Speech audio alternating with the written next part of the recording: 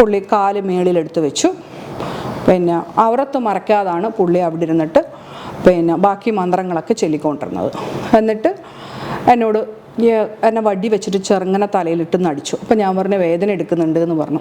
പുള്ളിക്കാരൻ എന്താക്കി, രണ്ടാമത് കുറേ നേരം വീണ്ടും ഇങ്ങനെ തന്നെ ചെല്ലിയിട്ട് ലാസ്റ്റ് വലത്ത് കാല് വെച്ചിട്ട് എൻ്റെ കഴുത്തിൻ്റെ ഇവിടെ ഇങ്ങനെ വിരൽ കൊണ്ട് കുത്തിയിട്ട് ഞാൻ അപ്പോഴത്തേക്ക് നല്ല ഒരാട്ടം വെച്ച് കഴിഞ്ഞു. ഇങ്ങനെ എനിക്കൊരു എന്തോ ഒരു ഫീലിങ്സ് ഒക്കെ ആയി.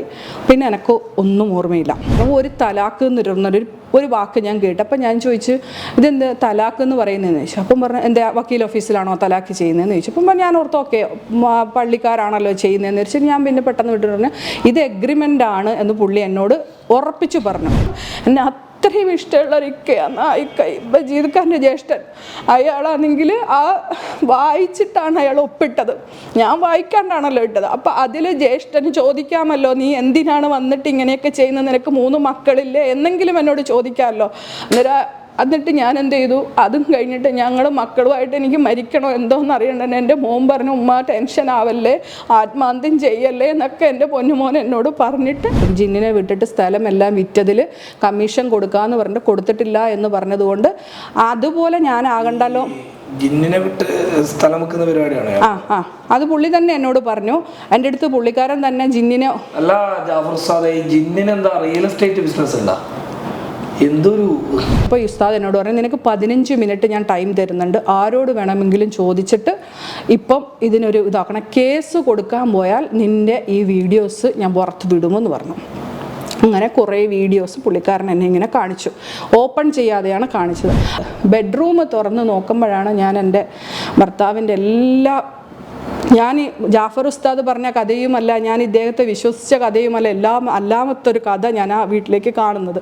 പിന്നെ ഹസ്ബൻഡ് വരുന്നു, ഞങ്ങളെ അടിക്കുന്നു, വീട്ടിലത് 10-20 ലക്ഷം രൂപയും കള്ള്, ഒരു തോക്ക്, എന്തൊക്കെയോ സാധനങ്ങൾ വീട്ടിലുണ്ടായിരുന്നു. മൊത്തം മോശമായിട്ടുള്ള സംഭവങ്ങളാണ് ഞാൻ അവിടെ കണ്ടത്. ഞാൻ പൊട്ടിക്കരഞ്ഞ് എനിക്ക് എൻ്റെ ഹൃദയമൊക്കെ എന്തല്ലോ, എൻ്റെ മക്കളെയൊക്കെ കൂട്ടിപ്പിടിച്ചിട്ട് ഞാൻ കരണ്ട് ആരോട് പറയാൻ. എൻ്റെ ഉപ്പയും ഉമ്മയെല്ലാം ഞങ്ങൾക്ക് ഇതായതുകൊണ്ട് അവർ വേറെ വീട്ടിൽ താമസിക്കുമായിരുന്നു, കൊറോണ ഇതുണ്ടായിട്ടുണ്ട്. അപ്പം ഞാൻ എന്താക്കി, ഈ ഉസ്താദിനെ വിളിച്ചു. അന്നേരം ഉസ്താദ് ഫോൺ എടുക്കുന്നില്ല, ആരും ഫോൺ എടുക്കുന്നില്ല. അപ്പം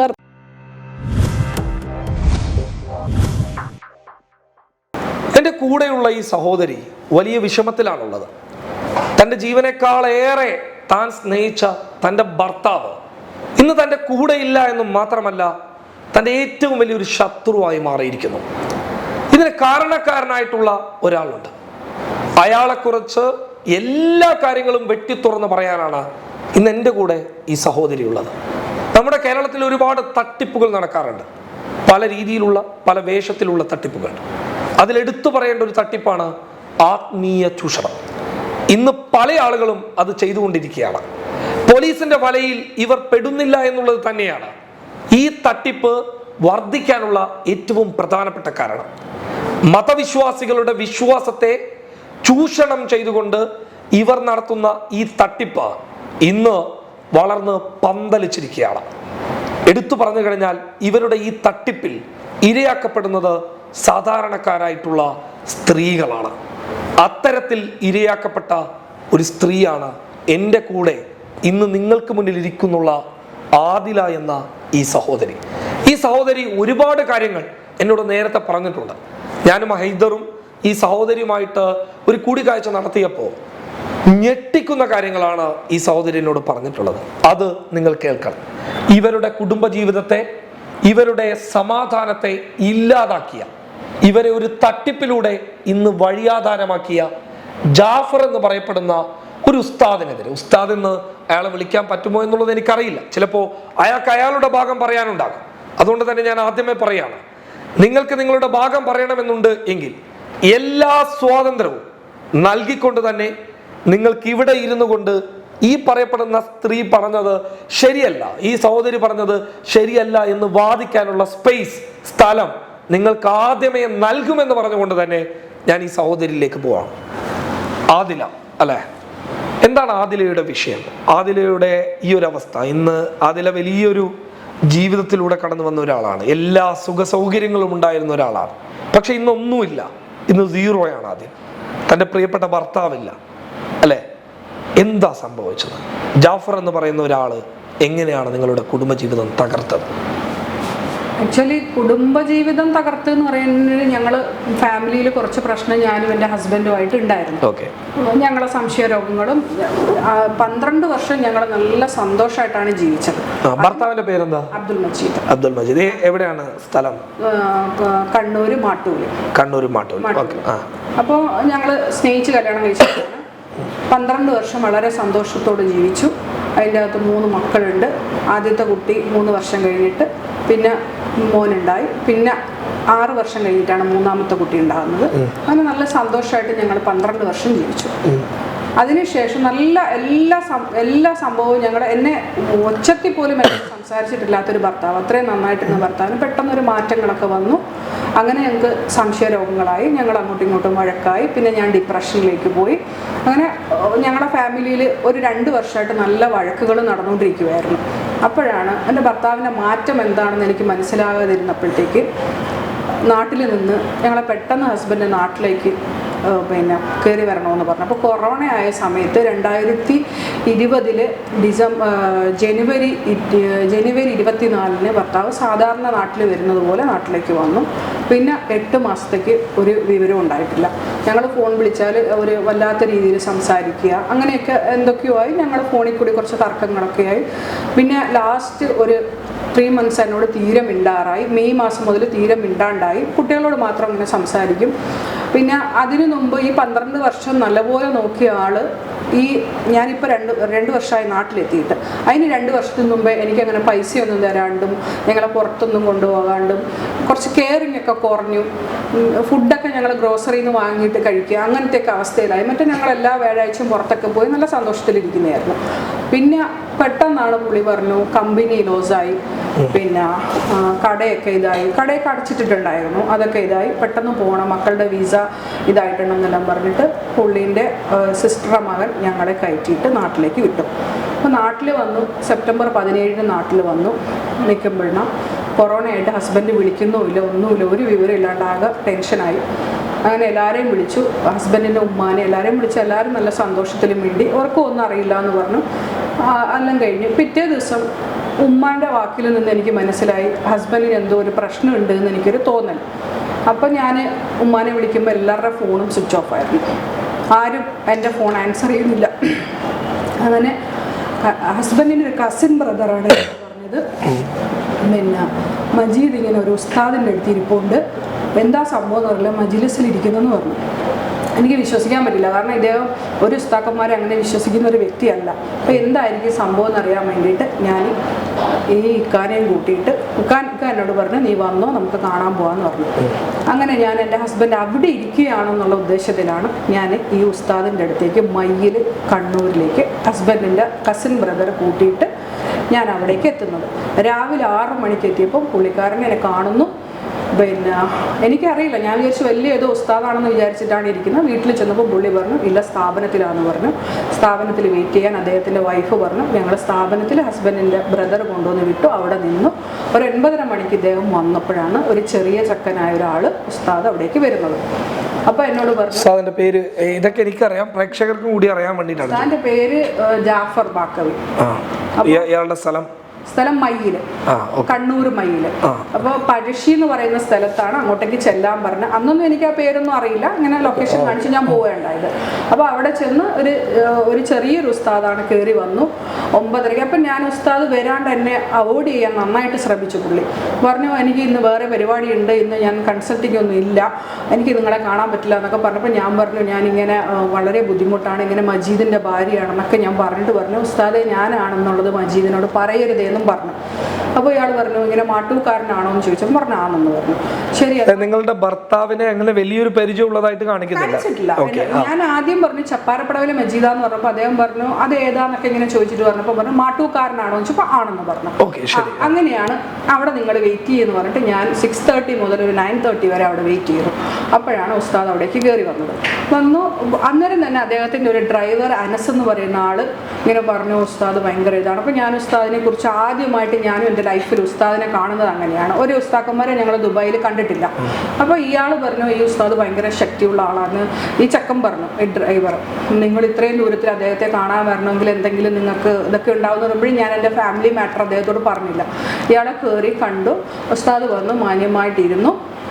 തല കുനിഞ്ഞായിരുന്നു എന്നോട് ആദ്യമേ ഇരുന്ന് സംസാരിച്ചു. ഒരു 10 മിനിറ്റ്സ് കഴിഞ്ഞപ്പോൾ അദ്ദേഹം നേരെ ഇരുന്നു. പിന്നെ എൻ്റെ കഥകളൊക്കെ ഞാനാണ് തെറ്റ് ചെയ്തതും എന്നൊക്കെ ഞാൻ ഉസ്താദിനെ ധരിപ്പിക്കുകയാണ്. എൻ്റെ ഹസ്ബൻഡിനെ ഞാൻ ഇങ്ങനെ പറഞ്ഞു, ഞാൻ വഴക്ക് പറഞ്ഞു എന്നെല്ലാം പറയുമ്പോൾ ഇദ്ദേഹം പറഞ്ഞു, പരസ്പരം ഇങ്ങനെ പ്രശ്നം ഉണ്ടാകുന്ന സമയത്ത് ഭർത്താവിനോട് കുറച്ച് കാര്യങ്ങളൊക്കെ ദേഷ്യപ്പെട്ട് സംസാരിച്ചു. രണ്ട് ഭാഗത്തു നിന്നുള്ള ഒരു പ്രകോപനം ഉണ്ടായി, അതിനോട് സംസാരിച്ചു. അത് ഞാൻ തന്നെ ഫുൾ കുറ്റം ഞാൻ ഏറ്റെടുത്തിട്ട് ഞാൻ ഉസ്താദിനോട് ഞാൻ ഇങ്ങനെയൊക്കെ ചെയ്തു, ഹസ്ബൻഡിനെ നല്ലതാക്കിയിട്ട് പറഞ്ഞു. പക്ഷേ എൻ്റെ ഹസ്ബൻഡ് ഇപ്പോൾ കഞ്ചാവിനും കള്ളിനും അഡിക്റ്റാണ്, ഒന്ന് എങ്ങനെയെങ്കിലും ഒന്ന് മാറ്റിത്തരണമെന്ന് പറഞ്ഞു. അന്നേരവും ഞാൻ അറിയുന്നില്ല ഉസ്താദ് ഇവിടെ ഇങ്ങനെ ആണെന്നൊന്നും എനിക്കറിയില്ല. അപ്പോൾ പുള്ളി പറഞ്ഞു, ശരി നോക്കാം, ഇയാളെ എനിക്ക് അറിയാമല്ലോ, ഇയാൾ പണ്ട് എന്നെ കണ്ടിട്ടുണ്ട്, പിന്നെ എന്നെ അയാൾ മൈൻഡ് ചെയ്തിട്ടില്ല, പിന്നെ ഒരു അഹങ്കാരിയാണ് എന്നൊക്കെ പറഞ്ഞ് കുറേ നെഗറ്റീവ്സൊക്കെ ഹസ്ബൻഡിനെ കുറിച്ച് എന്നോട് പറയാൻ തുടങ്ങി. അപ്പോൾ ഞാൻ പറഞ്ഞു, നിങ്ങൾ പറയുന്ന ആളല്ല എന്നൊക്കെ പറഞ്ഞു. ഇല്ല, 50,000 രൂപ എനിക്ക് ഞാൻ അവനോട് തന്നെ ഇവിടെ വന്ന് കാണുമ്പോൾ പറഞ്ഞു, നിന്നെ ഞാൻ നേരത്തെ കണ്ടിട്ടില്ലല്ലോ എന്നൊക്കെ പറഞ്ഞപ്പോൾ, കണ്ടിട്ട് നീ എന്നെ മൈൻഡാക്കിയിട്ടില്ലല്ലോ എന്ന് പറഞ്ഞപ്പോൾ ഇയാൾ ഉടനെ തന്നെ ഉസ്താദെ ഞാൻ പോയിട്ട് വരാമെന്ന് പറഞ്ഞ് പോയിട്ട് 50,000 രൂപ എനിക്ക് ടേബിളിൽ കൊണ്ട് വെച്ചു. ഞാനത് എടുക്കാൻ പറഞ്ഞു അദ്ദേഹത്തോട്, എനിക്ക് നിങ്ങളുടെ പൈസ ആവശ്യമില്ല എന്നൊക്കെ പറഞ്ഞു. ഒരു കണ്ട് പരിചയമില്ലാത്ത ഏതോ എപ്പോഴോ വന്ന് പരിചയമുള്ള രീതിയിലാണ് എന്നോട് സംസാരിച്ചത്. എന്നിട്ട് എന്നോട് പറഞ്ഞു, ഇയാൾ നിങ്ങളെക്കുറിച്ച് എന്നോട് വന്ന് സംസാരിച്ചിരുന്നു, ഈ സ്ത്രീ ഇങ്ങനെ എന്നെ എന്തൊക്കെയോ പറയുന്നു ഉസ്താദെ, പിന്നെ ഞാൻ ഡിവോഴ്സ് ചെയ്താൽ ഇവള് മുസ്ലിം ആയൊരു കുട്ടിയാണ്, അപ്പം പാവം കിട്ടുമോ എന്നൊക്കെ എന്നോട് ചോദിച്ചപ്പോൾ മുസ്ലിം ഇസ്ലാമിലേക്ക് കടന്നു വന്നതാണ്. അപ്പം പറഞ്ഞു, പിന്നെ ഇങ്ങനെയൊക്കെ പറയുന്നുണ്ട്, അവൾക്ക് എന്നെ വേണ്ടാന്നാണ് പറയുന്നത്. അപ്പം ഞാനും ദേഷ്യം പിടിച്ച് ഹസ്ബൻഡുമായിട്ട് വഴക്കുണ്ടാക്കിയപ്പോൾ ഞാനും എനിക്ക് വേണ്ടാന്നൊക്കെ പറഞ്ഞിട്ടുണ്ട്, ഞാൻ ഡിവോഴ്സ് ചെയ്യുമെന്ന് പറഞ്ഞിട്ടുണ്ട്, ഞാൻ വക്കീലിനെ വിളിച്ചു, അങ്ങനത്തെയൊക്കെ പ്രശ്നങ്ങളുണ്ട്. അപ്പം ഞാൻ ഇതെല്ലാം ഇദ്ദേഹത്തോട് തുറന്നു പറഞ്ഞു. അങ്ങനെ ഒരു 3 മണിക്കൂർ ഞങ്ങൾ രണ്ടാളും സംസാരിക്കുമ്പോഴാണ് എന്നിൽ കൂടെയാണ് എല്ലാ സംഭവങ്ങളും ഈ ഉസ്താദ് മനസ്സിലാക്കിയതായിട്ടാണ് എനിക്ക് അന്ന് മനസ്സിലായത്. അന്നേരം തന്നെ ഫസ്റ്റ് പുള്ളി പറഞ്ഞു, നമുക്ക് ഇയാളെ വേണ്ട, പിന്നെ ഇങ്ങനെ ഇയാൾ മോശമാണ് എന്ന് പറയുമ്പോൾ ഭർത്താവിനെ കുറിച്ച് പറയാണ്. അന്നാണ് ഞാൻ എൻ്റെ ജീവിതത്തിൽ ആദ്യമായിട്ട് എൻ്റെ ഹസ്ബൻഡിനെ ഒരാൾ നെഗറ്റീവ് പറയുന്നത് ഞാൻ കേൾക്കുന്നത്.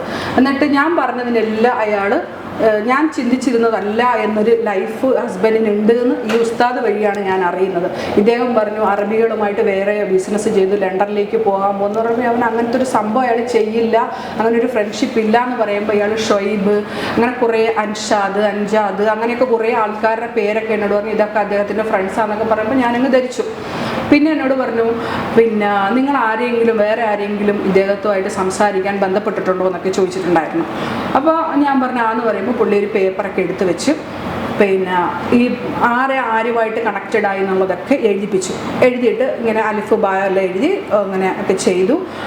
ഒരു മന്ത്രത്തിൻ്റെ രീതിയിലൊക്കെ ആക്കിയിട്ട് പറഞ്ഞു, ഇന്നയാളുമായിട്ട് സംസാരിച്ചിട്ടില്ല, പിന്നെ ഇങ്ങനെ കൊടകിലുള്ള ഒരാളുമായിട്ട് സംസാരിച്ചിട്ടുണ്ടെന്ന് പറഞ്ഞപ്പോൾ എനിക്ക് പെട്ടെന്ന് ഇദ്ദേഹത്തിന് എന്തോ ശക്തി ഉണ്ട്, എങ്ങനെ മനസ്സിലായി ഞാൻ എന്നുള്ളവരൊക്കെ ഇത് അറിയാലോ എന്നുള്ളൊരു ഫീലിങ്സ് എനിക്ക് തോന്നി. അപ്പോൾ തന്നെ ഞാൻ എന്ത് ചെയ്തു, പുള്ളി ബ്രേക്ക് എടുത്തു, ഞാൻ നിസ്കരിച്ചിട്ട് വരാമെന്ന് പറഞ്ഞ് ദുഹാ നിസ്കരിക്കാൻ വേണ്ടി പോയിട്ട് വന്ന സമയത്ത് ഞാൻ ഈ ഇദ്ദേഹം പറഞ്ഞ ആൾ കറക്റ്റാണോ വിളിച്ചിട്ടുണ്ടോ എന്നറിയാൻ വേണ്ടി ഞാൻ പുറത്തിറങ്ങി വിളിച്ചപ്പോൾ ഞാൻ ചോദിച്ചു, സലീം ഭായി ഇങ്ങനെ നിങ്ങൾ വിളിച്ചിട്ടുണ്ടായിരുന്നോ എന്ന് ചോദിച്ചപ്പോൾ പറഞ്ഞു, ഞാൻ മജീദിനെ വിളിച്ചിട്ടുണ്ടായിരുന്നു എന്ന് അദ്ദേഹം പറഞ്ഞു. ഞാനിത് ഒക്ടോബർ 2-നോ 3-നോ ആണ് ഞാൻ ഇദ്ദേഹത്തിൻ്റെ അടുത്തേക്ക് പോകുന്നത്. അപ്പം 1-ാം തീയതി വിളിച്ചു എന്നാണ് സലീം ഭായി പറഞ്ഞത്. പൂർണ്ണമായിട്ട് ഞാൻ കേൾക്കാണ്ട് ഉസ്താദിനോടുള്ള വിശ്വാസം കൊണ്ട് ഞാൻ അകത്തേക്ക് കയറി വന്നിട്ട് ഉസ്താദ് വന്നോടനെ പറഞ്ഞു, ഉസ്താദ് പറഞ്ഞത് കറക്റ്റാണ്, അദ്ദേഹം വിളിച്ചിട്ടുണ്ടായിരുന്നു എന്ന് പറഞ്ഞിട്ട് ഞാൻ ഇദ്ദേഹത്തിൻ്റെ അടുത്ത് വിശ്വാസം കൂടുതൽ ഉറപ്പിച്ചു. പിന്നെ ഞാൻ ഫുള്ള് ഉസ്താദ് പറയുന്നതാണ് എല്ലാം വിശ്വസിച്ചത്. കാരണം എനിക്ക് നാടുമായിട്ട് ഒരു ബന്ധവുമില്ല. ഞങ്ങൾ 10-16 വർഷമായിട്ട് ദുബായിൽ നിന്നതാണ്. എനിക്ക് ഹസ്ബൻഡിൻ്റെ ഫാമിലിയിൽ പോയി പറഞ്ഞാലൊന്നും അവിടെയും ഒരു പ്രശ്നമൊന്നും നടക്കില്ല. അപ്പം ഞാൻ ആരുമില്ല, എൻ്റെ വീട്ടിലും ആരുമില്ല. ഉസ്താദാണല്ലോ ഹസ്ബൻഡിനെ അറിയുന്നതെന്ന് വിചാരിച്ചിട്ട് ഞാൻ എല്ലാം ഇദ്ദേഹത്തോട് തുറന്നു പറഞ്ഞു. ഇദ്ദേഹം പറഞ്ഞു, നിങ്ങൾ എത്രയും പെട്ടെന്ന് നാട്ടിൽ പോയി ഒരു വക്കീലുമായിട്ടൊന്ന് തീരുമാനിക്കണമെന്ന് പറഞ്ഞു. ഞാൻ പറഞ്ഞു, പറ്റില്ല, എനിക്ക് ദീനിപരമായിട്ട് എൻ്റെ ഭർത്താവിനെ മാറ്റിത്തരണം എന്നൊക്കെ പറഞ്ഞപ്പോൾ പുള്ളിക്കാരൻ പറഞ്ഞു, ശരി ഞാൻ അദ്ദേഹത്തെ വിളിക്കാമെന്ന് പറഞ്ഞിട്ട് എൻ്റെ കയ്യിൽ നിന്നാണ് ഇദ്ദേഹം 2 നമ്പർ ഞാൻ എഴുതി കൊടുക്കുന്നത്. അപ്പോഴാണ് പറഞ്ഞത് എൻ്റെ ഡ്രൈവർ എടുത്ത് ഇയാളെ നമ്പർ ഉണ്ട് എന്ന് പറഞ്ഞു. പിന്നെ പറഞ്ഞു നിങ്ങളുടെ പ്രോപ്പർട്ടി മൊത്തം വിറ്റിട്ടുണ്ട്, എല്ലാം വിൽക്കാൻ ഞാനാണ് സഹായിച്ചത്, ഞാനാണ് ജിന്നിനെ വിട്ടത് എല്ലാം ഇങ്ങനെയൊക്കെ പറയുമ്പോൾ ഞാൻ ഇദ്ദേഹത്തിന് വിശ്വാസം കൂടിയപ്പോൾ ഞാനോർത്ത് ചിലപ്പോൾ അത് ശരിയായിരിക്കും എന്ന് പറഞ്ഞപ്പോൾ എവിടെയൊക്കെ ഞങ്ങൾക്ക് പ്രോപ്പർട്ടി ഉണ്ടോ എനിക്കറിയുന്നതിനേക്കാളും കൃത്യമായിട്ട് ഇയാൾ എന്നോട് ഇന്ന സ്ഥലം ഇന്നെടുത്ത് വിറ്റു, അതിലെനിക്ക് കമ്മീഷൻ തരാമെന്ന് പറഞ്ഞു. എന്നിട്ട് എനിക്ക് തന്നിട്ടില്ല, എന്നോടൊരു നന്ദി വാക്ക് പോലും പറയാണ്ട് അവൻ പോയി എന്നൊക്കെ ഇദ്ദേഹം എന്നോട് ഹസ്ബൻഡിനെ കുറിച്ച് പറഞ്ഞപ്പോൾ ഞാൻ വേറൊരു പിക്ചറാക്കിയിട്ട് കണ്ടു ഭർത്താവിനെ. എന്നിട്ട് ഇറങ്ങി പോകാൻ നേരത്ത് ഞാൻ പോയിട്ട് പുറത്തേക്ക് ഇറങ്ങി ഞാൻ ഹസ്ബൻഡിൻ്റെ ബ്രദറിൻ്റെ വീട്ടിൽ പോയിട്ട് പറഞ്ഞപ്പോൾ അവിടെ കസിൻ സിസ്റ്റേഴ്സ് 2 പേരുണ്ടായിരുന്നു. അവരോട് പറഞ്ഞ ഒരിക്കലും ഒരു ഉസ്താദും നിങ്ങളെ ഇങ്ങനെയൊന്നും പറയില്ല, നമ്മൾ മജീദ്ക്ക് അങ്ങനത്തെ ഒരാളല്ല, പിന്നെ ഒരു ഉസ്താദും പറയാത്ത വാക്കാണ് പറഞ്ഞേക്കുന്നത്, ഞങ്ങൾക്ക് വിശ്വാസമില്ല എന്ന് പറഞ്ഞ് അവർ എന്നോട് പിണങ്ങി അന്ന് തന്നെ പോയി. ഈ സമയം ഉസ്താദിനെ ഞാൻ അത്രയ്ക്ക് വിശ്വസിച്ചത് അവർക്ക് ഇഷ്ടപ്പെട്ടിട്ടില്ല. അന്നേരം ഹസ്ബൻഡിൻ്റെ ബ്രദറാണ് എന്നെ അവിടെ കൊണ്ടുപോയെങ്കിൽ പോലും അദ്ദേഹത്തിനും ഒരു താല്പര്യം ഇല്ലാത്ത പോലെ, മീൻസും അദ്ദേഹത്തിൻ്റെ ബ്രദറിനെ മോശമായിട്ട് പറഞ്ഞപ്പോൾ അദ്ദേഹത്തിന് ഇഷ്ടപ്പെട്ടിട്ടില്ല. അതെല്ലാം 3 days കഴിഞ്ഞതിന് ശേഷം ഞാൻ അങ്ങോട്ട് വിളിച്ചിട്ട് ചോദിച്ചു, ഉസ്താദ് ഹസ്ബൻഡിനായിട്ട് കണ്ടിനോ എന്ന് ചോദിച്ചപ്പോഴാണ് പറഞ്ഞത് കണ്ടു, എത്രയും പെട്ടെന്നെങ്കിൽ ഇങ്ങോട്ട് ഒരു ബന്ധുവിനെയും കൂട്ടി വാ എന്ന് പറഞ്ഞു.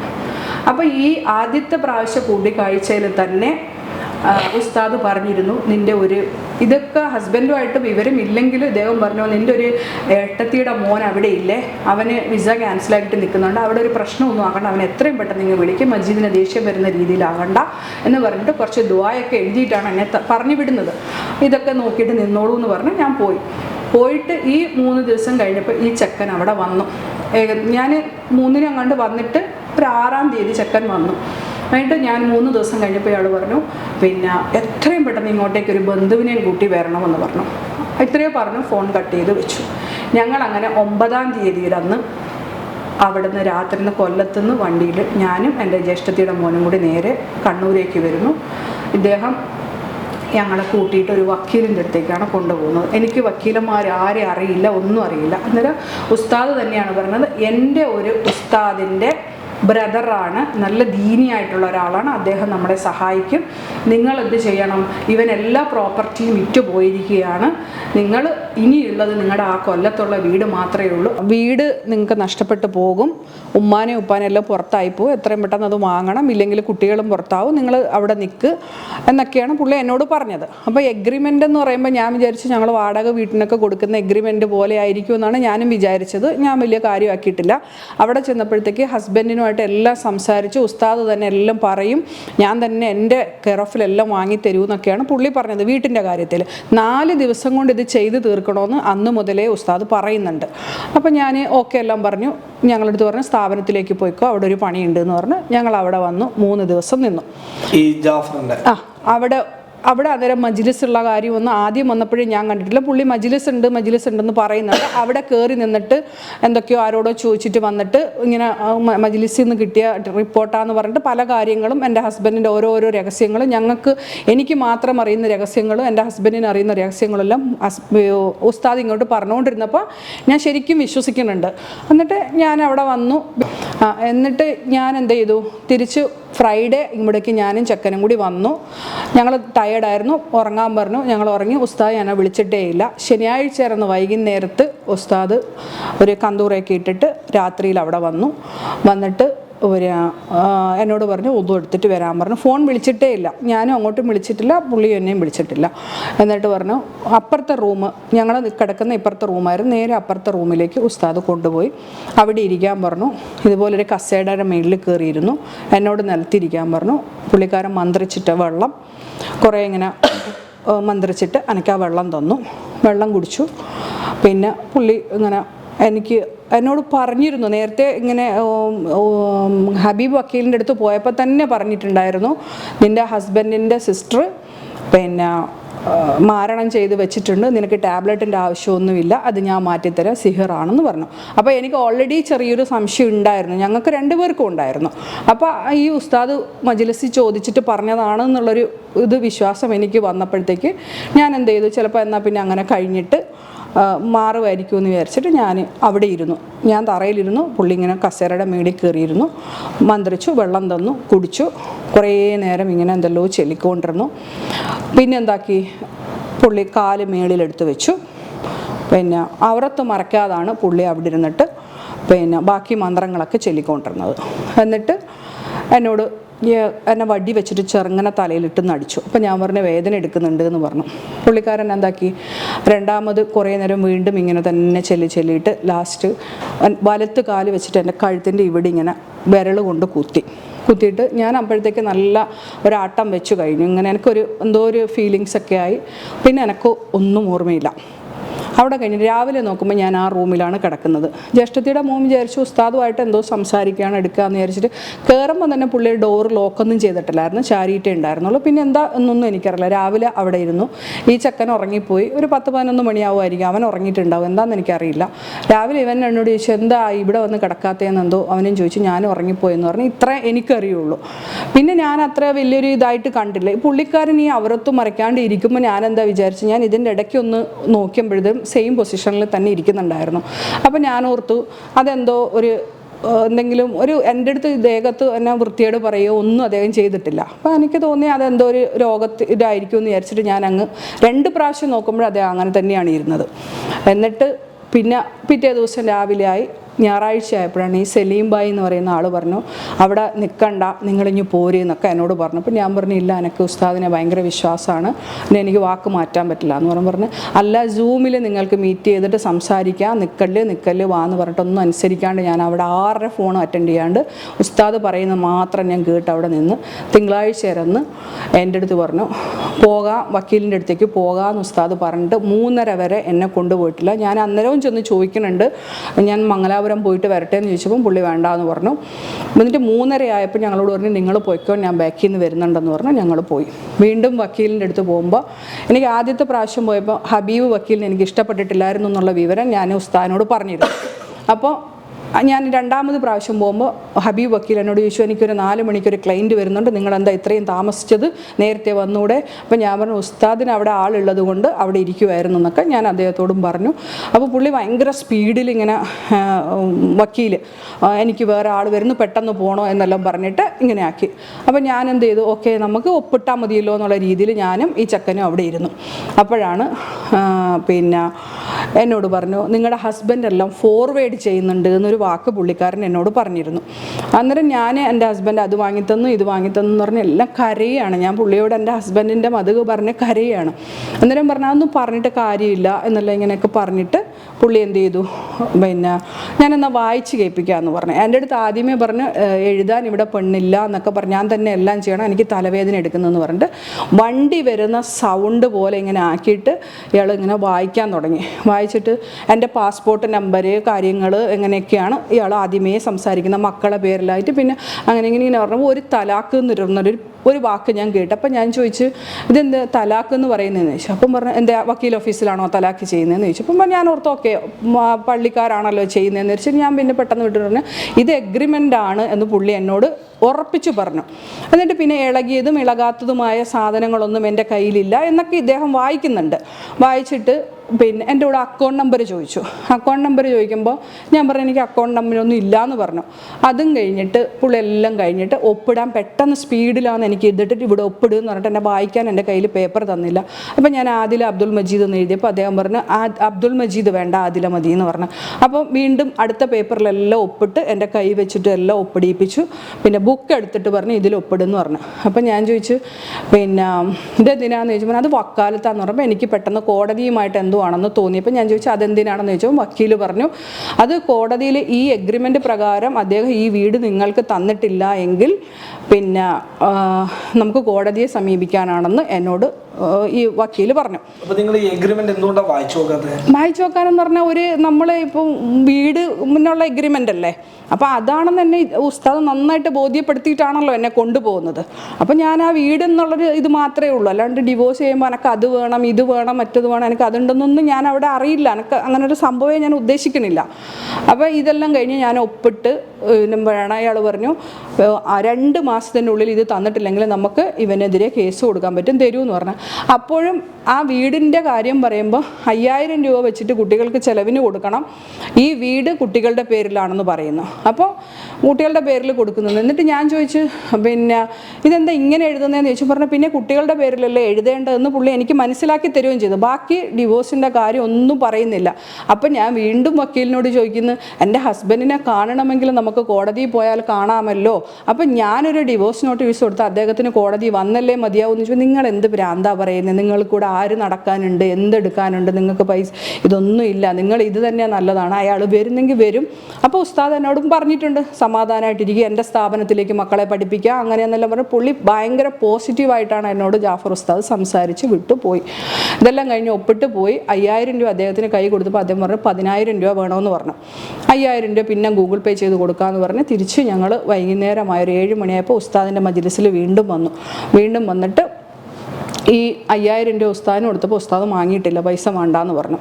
എന്നിട്ട് ഞങ്ങൾ ഇങ്ങോട്ട് പോകുമ്പോൾ എന്തിനാ ഞാൻ അവിടെ വന്നതെന്ന് ചോദിച്ചാൽ എൻ്റെ ഭർത്താവ് ഇദ്ദേഹത്തിന് എന്തോ ഒരു കമ്മീഷൻ കൊടുക്കും, ജിന്നിനെ വിട്ടിട്ട് സ്ഥലം എല്ലാം വിറ്റതിൽ കമ്മീഷൻ കൊടുക്കാമെന്ന് പറഞ്ഞിട്ട് കൊടുത്തിട്ടില്ല എന്ന് പറഞ്ഞതുകൊണ്ട് അതുപോലെ ഞാൻ ആകണ്ടല്ലോ.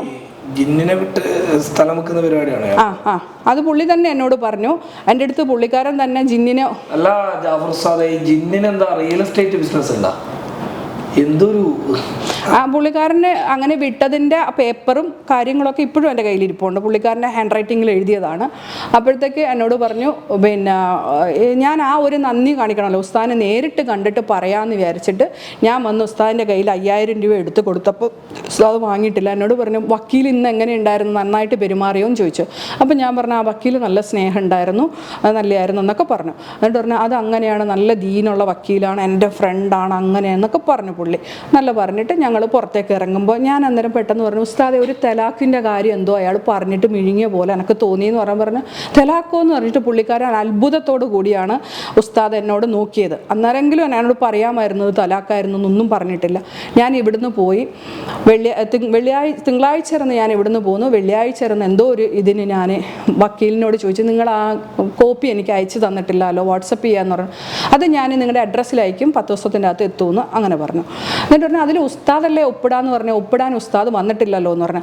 അതിന് മുമ്പ് വക്കീൽ എന്നോട് പറഞ്ഞു ഹസ്ബൻഡിൻ്റെ ജ്യേഷ്ഠൻ്റെ കെയർ ഓഫിലാണ് ഇത് നിങ്ങൾക്ക് വാങ്ങിത്തരുന്നത്, അതുകൊണ്ട് ജ്യേഷ്ഠൻ ഇപ്പം നിങ്ങൾ പോയുടനെ വന്നിട്ട് ഒപ്പിടുമെന്നും പുള്ളിക്കാരൻ എന്നോട് പറഞ്ഞു. അന്നേരം ഒരു മുജീബുള്ള കാര്യമൊന്നും എനിക്കറിയില്ല. അപ്പം ഞാൻ എന്ത് ചെയ്തു, ഇക്ക ഉണ്ടല്ലോ എന്നുള്ളൊരു ധൈര്യത്തിൽ ഞാൻ അങ്ങ് പോയി. എന്നിട്ട് ഞാൻ ആ വീട്ടിൽ ചെന്ന് അതുപോലെ അവിടെ വെള്ളിയാഴ്ച ഇറന്ന് നിൽക്കുമ്പോഴാണ് വക്കീലിനെ ഞാൻ വിളിച്ചു. വക്കീൽ പറഞ്ഞു എടുത്തിട്ടില്ല. ഉസ്താദ് ഒരു 11 മണി കണ്ടായപ്പോൾ എന്നെ വിളിച്ചിട്ട് പറഞ്ഞു ഈ പൊട്ടൻ പറയുന്നു നിങ്ങളെ തലാക്ക് ചെയ്തതെന്ന്. അപ്പം ഞാൻ ഉസ്താദിനോട് ചോദിച്ചു അങ്ങനെ തലാക്ക് ചെയ്യാൻ പറ്റും? പുള്ളിക്കാരൻ അത്ര സീരിയസ് ആയിട്ടല്ല പറഞ്ഞു. അപ്പം ഞാൻ ചോദിച്ചു അങ്ങനെ തലാക്ക് ചെയ്യാൻ പറ്റുമോ എന്ന് ചോദിച്ചു. പറഞ്ഞു അതൊക്കെ പറ്റും, പക്ഷേ ഇവൻ എന്താ പറയുന്നതെന്ന് എനിക്കൊന്നും മനസ്സിലാവുന്നില്ല, എനിക്കിപ്പോൾ ഓൺലൈൻ ക്ലാസ്സിന് കയറാനാണ്, ഞാൻ വയനാടുള്ളത്, പിന്നെ വിളിക്കാമെന്ന് പറഞ്ഞു. പുള്ളി ഫോൺ കട്ട് ചെയ്ത് അവിടെ തീർന്നു. അത് കഴിഞ്ഞ് ഇങ്ങനെ ഇരിക്കുമ്പോഴാണ് വൈകിട്ട് മജീദിൻ്റെ ഒരു ഫ്രണ്ട് എന്നെ ഫോൺ വിളിച്ച് സംസാരിച്ചുകൊണ്ടിരിക്കുമ്പോഴാണ് ഹബീബ് വക്കീൽ തിരിച്ചു വിളിക്കുന്നത്. അന്നേരമാണ് പുള്ളി പറഞ്ഞത് പിന്നെ ഞാൻ പറഞ്ഞു ഞാൻ ഉസ്താദിനെ വിളിച്ചു, ഉസ്താദ് ഒപ്പിടാത്തത് കൊണ്ടാണല്ലോ ഈ സാധനം എനിക്ക് കിട്ടാത്തതെന്ന് പറഞ്ഞു. എൻ്റെ സംശയം തീർന്നു എന്ന് പറഞ്ഞപ്പോൾ അദ്ദേഹം എന്നോട് ചോദിച്ചു ഉസ്താദ് എല്ലാം പറഞ്ഞോ എന്ന് ചോദിച്ചു. അപ്പം ഞാൻ പറഞ്ഞു പറഞ്ഞു ഉസ്താദിന് വരാൻ പറ്റിയിട്ടില്ല എന്ന് പറഞ്ഞു, അതുകൊണ്ടാണ് നിങ്ങൾക്ക് കിട്ടാത്തതെന്ന് പറഞ്ഞു. അല്ല നിങ്ങളുടെ തലാക്ക് കഴിഞ്ഞിട്ട് നിങ്ങൾ ഇതായിരുന്നോ എന്ന് ചോദിച്ചപ്പോൾ ഞാൻ പെട്ടെന്ന് ഞെട്ടിപ്പോയി. അന്നേരം ചോദിച്ചു അതെന്താ തലാക്കാണോ എന്ന് ചോദിച്ചപ്പോൾ എൻ്റെ അടുത്ത് ഈ ഫ്രണ്ട് പറഞ്ഞു മുത്തലാഖാണോ ചെയ്തേ എന്ന് ചോദിക്കാൻ പറഞ്ഞു. അപ്പം ഞാൻ ചോദിച്ചു എല്ലാവരും കൂടി ചേർന്ന് എന്നെ ചതിച്ചോന്ന് ഈ പുള്ളി പറഞ്ഞതിനനുസരിച്ചിട്ട് ഞാൻ വക്കീലിനോട് ചോദിച്ചു. അന്നേരം വക്കീൽ പറഞ്ഞു പിന്നെ മുത്തലാഖാണോ അതൊന്നും എനിക്കറിയില്ല, നിങ്ങൾ രാത്രി പകലൊന്നും പറഞ്ഞാലൊന്നും സംഭവമല്ല, നിങ്ങൾ ചെയ്തു, നിങ്ങൾ ഒപ്പിട്ട് കഴിഞ്ഞു, ഞാൻ നോട്ടറി വക്കീലാണ് കഴിഞ്ഞു എന്ന് ഇയാൾ പറഞ്ഞു. അപ്പം ഞാൻ പെട്ടെന്ന് ടെൻഷനായി. എനിക്ക് എന്തെന്നാന്ന് പറഞ്ഞാൽ എൻ്റെ ഈ ലോകത്തിൽ ഞാൻ ആദ്യമായിട്ട് എനിക്ക് സങ്കടം സഹിക്കാൻ പറ്റാത്ത ഏറ്റവും വലിയൊരു വിഷമമായിട്ട് തോന്നിയിട്ട് ഞാൻ പൊട്ടിക്കരഞ്ഞ് എനിക്ക് എൻ്റെ ഹൃദയമൊക്കെ എന്തല്ലോ എൻ്റെ മക്കളെയൊക്കെ കൂട്ടിപ്പിടിച്ചിട്ട് ഞാൻ കരണ്ട് ആരോട് പറയാൻ. എൻ്റെ ഉപ്പയും ഉമ്മയെല്ലാം ഞങ്ങൾക്ക് ഇതായതുകൊണ്ട് അവർ വേറെ വീട്ടിൽ താമസിക്കുമായിരുന്നു, കൊറോണ ഇതിനായിട്ട്. അപ്പം ഞാൻ എന്താക്കി ഈ ഉസ്താദിനെ വിളിച്ചു. അന്നേരം ഉസ്താദ് ഫോൺ എടുക്കുന്നില്ല, ആരും ഫോൺ എടുക്കുന്നില്ല. അപ്പം ഭർത്താവിൻ്റെ ജ്യേഷ്ഠനെ വിളിച്ചിട്ട് ഫോൺ എടുക്കുന്നില്ല. അന്നേരം പുള്ളിക്കാരൻ എന്നോട് പറഞ്ഞു ഇന്നെ മുത്തലാക്ക് ചെയ്തതാന്ന് പുള്ളി ഫോൺ എടുത്തിട്ട് 3ാമത്തെ പ്രാവശ്യം വിളിച്ചപ്പോൾ എടുത്തിട്ട് പറഞ്ഞു ചെയ്തു എന്ന് പറഞ്ഞപ്പോൾ എനിക്ക് ഭയങ്കര ഫീൽ ചെയ്തിട്ട് ഞാൻ എന്തൊക്കെയോ ടെൻഷൻ ഇയാളോട് ഫോണിൽ പിന്നെ ടെൻഷനായിട്ട് പ്രാകുന്ന പോലെയൊക്കെ ഞാൻ ഏട്ടനിക്ക് ഇതാക്കി. കാരണം എന്നെ അത്രയും ഇഷ്ടമുള്ള ഒരു ഇക്കയാണ് ആ ഇക്ക. ബജീദ്ഖാൻ്റെ ജ്യേഷ്ഠൻ അയാളാണെങ്കിൽ ആ വായിച്ചിട്ടാണ് അയാൾ ഒപ്പിട്ടത്, ഞാൻ വായിക്കാണ്ടാണല്ലോ ഇട്ടത്. അപ്പം അതിൽ ജ്യേഷ്ഠന് ചോദിക്കാമല്ലോ, നീ എന്തിനാണ് വന്നിട്ട് ഇങ്ങനെയൊക്കെ ചെയ്യുന്നത്, നിനക്ക് 3 മക്കളില്ലേ എന്നെങ്കിലും എന്നോട് ചോദിക്കാമല്ലോ. എന്നിട്ട് ഞാൻ എന്ത് ചെയ്തു, അതും കഴിഞ്ഞിട്ട് ഞങ്ങൾ മക്കളുമായിട്ട് എനിക്ക് മരിക്കണോ എന്തോന്ന് അറിയണ്ടേ. എൻ്റെ മോൻ പറഞ്ഞു, ഉമ്മ ടെൻഷൻ ആവല്ലേ, ആത്മാന്ത്യം ചെയ്യല്ലേ എന്നൊക്കെ എൻ്റെ പൊന്നുമോൻ എന്നോട് പറഞ്ഞിട്ട് ഞങ്ങൾ രാത്രിയെല്ലാം എനിക്ക് ഉറക്കം വരുന്നില്ല. ഞാൻ അത്രയും ടെൻഷനായി 3-4 ദിവസം കഴിഞ്ഞ് ഇങ്ങനെ ഇരിക്കുമ്പോഴാണ് ഈ ഫ്രണ്ടാണ് എന്നോട് പറഞ്ഞത്, നിങ്ങൾ ഉസ്താദിനെ വിളിച്ചിട്ട് ഒന്നും കൂടി ചോദിക്കുമെന്ന് പറഞ്ഞപ്പോൾ ഉസ്താദാ പറഞ്ഞത് എനിക്കറിയില്ല എന്ന് തന്നെയാണ് ഉസ്താദ് എന്നോട് പറഞ്ഞത്. എനിക്കറിയില്ല എന്ന് പറഞ്ഞു. ജാഫർ എന്നോട് പറഞ്ഞു എനിക്കൊന്നും അറിയില്ല എന്ന് പറഞ്ഞു. അങ്ങനെ ഇരിക്കുമ്പോഴാണ് ഞാൻ റബ്ബർ തോട്ടത്തിലേക്ക് ഇതൊക്കെ നോക്കാൻ വേണ്ടിയിട്ട്, എനിക്ക് പൈസയൊന്നുമില്ല, അതൊക്കെ ഒന്ന് ചെയ്യുമ്പോൾ ഈ വിവരം ജാഫർ ഉസ്താദിന് മാത്രമേ അറിയുള്ളൂ, ഞാൻ റബ്ബർ വെട്ടുന്ന കാര്യം. ഇദ്ദേഹം എൻ്റെ ഹസ്ബൻഡിനോട് പറഞ്ഞു കൊടുത്തിട്ട് പുള്ളി അത് ഡിസ്റ്റർബ് ചെയ്തു, അവിടെ ക്ലോസ് ചെയ്തു. എടുക്കാനോ പൈസ എടുക്കാനോ ഒന്നും വിട്ടില്ല. അപ്പോൾ എന്നോട് പറഞ്ഞു, നിങ്ങൾക്ക് ആദായം എടുക്കണമെന്ന് പറഞ്ഞതും ഉസ്താദ് തന്നെയാണ്, അദ്ദേഹം തന്നെയാണ് പാര വെച്ച് കൊടുത്തതും ഞാൻ ചെയ്യുന്നുണ്ടെന്ന് പറഞ്ഞപ്പോൾ എൻ്റെ ഹസ്ബൻഡ് അത് മുടക്കുകയും ചെയ്തു. എന്നോട് പറഞ്ഞു 2 ദിവസത്തിനകത്ത് നിന്നെ അവൻ വിടൂല എന്നും പറഞ്ഞു. പിന്നെ ഏകദേശം 2 മാസം വരെ എനിക്ക് ഈ പേപ്പർ ഇവരെൻ്റെ കൈമേ തന്നിട്ടില്ല. തരാതിരുന്നിട്ട് ഞാൻ ഡിസംബർ 4-ാം തീയതി എല്ലാ ഫ്രണ്ട്സും പറഞ്ഞ് നീ പോയിട്ട് ആ പേപ്പർ വാങ്ങുമെന്ന് പറഞ്ഞിട്ട് ഞാൻ ഹബീബ് വക്കീലിന് ലെറ്റർ അയച്ചു, മീൻസ് ടെക്സ്റ്റ് മെസ്സേജ് അയച്ചു എനിക്ക് തരണമെന്ന് പറഞ്ഞിട്ട്. അന്നേരം അദ്ദേഹം തംസപ്പ് അടിച്ചു, തരാമെന്ന് പറഞ്ഞിട്ട് തന്നില്ല. ഇവരുടെ ഉദ്ദേശം ഈ 2 മാസം വരെ ഈ പേപ്പർ എൻ്റെ കയ്യിൽ തരാതിരിക്കുക എന്നുള്ളതായിരുന്നു അവരുടെ ഉദ്ദേശം. ഞാൻ എഗ്രി ചെയ്തിട്ടാണല്ലോ അതിൽ ഒപ്പിട്ടിരിക്കുന്നത്. അപ്പോൾ ഞാൻ എന്താക്കി, ഡിസംബർ 4-ാം തീയതി ഈ സെയിം ചെക്കനെയും കൂട്ടി എല്ലാ കുഞ്ഞുങ്ങളെയും വണ്ടിയിലിരുത്തി ഞങ്ങൾ ജാഫർ ഉസ്താദിൻ്റെ വൈഫ് പ്രസവിച്ച് കിടക്കുകയെന്ന്. അങ്ങനെ ഞങ്ങൾ അവിടെ പോകുമ്പോഴത്തേക്ക് ഉസ്താദ് അവിടെ ഇല്ല. രാത്രി വരെ വെയിറ്റ് ചെയ്തു, ഞങ്ങൾ കണ്ടു. ഉസ്താദ് ഭയങ്കര സന്തോഷത്തിലായിരുന്നു. അന്നേരം എന്നോട് പറഞ്ഞു, ഹബീബാണ് ഇതൊക്കെ ചെയ്തിട്ടുള്ളത് അങ്ങനെയാണെന്ന് പറഞ്ഞു. അന്നേരവും ഈ തലാഖിൻ്റെ ഗൗരവമൊന്നും എനിക്കത്ര ഒരു വിഷമമുണ്ട്, എങ്കിലും ഇതിൻ്റെ അകത്ത് ഒപ്പിട്ടതിൻ്റെ ഗൗരവം എനിക്ക് അന്നേരം മനസ്സിലായിട്ടില്ല. ഇയാൾ പറഞ്ഞു, ഞാൻ ഹബീബിൻ്റെ അടുത്ത് പോയിട്ട് ആ പേപ്പർ വാങ്ങിക്കൊണ്ട് വരും, കൊണ്ടുവന്നിട്ട് പിന്നെ ഞാൻ അവിടെ നിൽക്കുമ്പോൾ ഇന്ന ചോദ്യങ്ങൾ ചോദിക്കുന്നതിന് മറുപടി പറയണമെന്ന് പറഞ്ഞിട്ട് വെച്ച് എന്നെ അവിടെ നിന്ന് പിരിഞ്ഞു പോയി.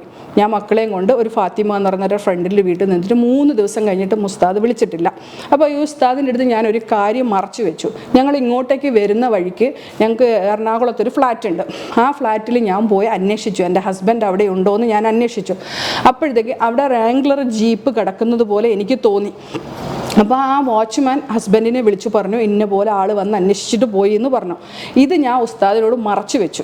പുള്ളിക്കാരൻ എന്ത് ചെയ്തു, 3-ാം ദിവസം ഇതുപോലെ രാത്രി ഒരു 7-7:15 വന്നിട്ട് വിളിച്ചിട്ട് പറഞ്ഞു, പെട്ടെന്ന് വാ, ഞാൻ മടവൂരായിരുന്നു, നിങ്ങൾ വരണമെന്ന് പറഞ്ഞു.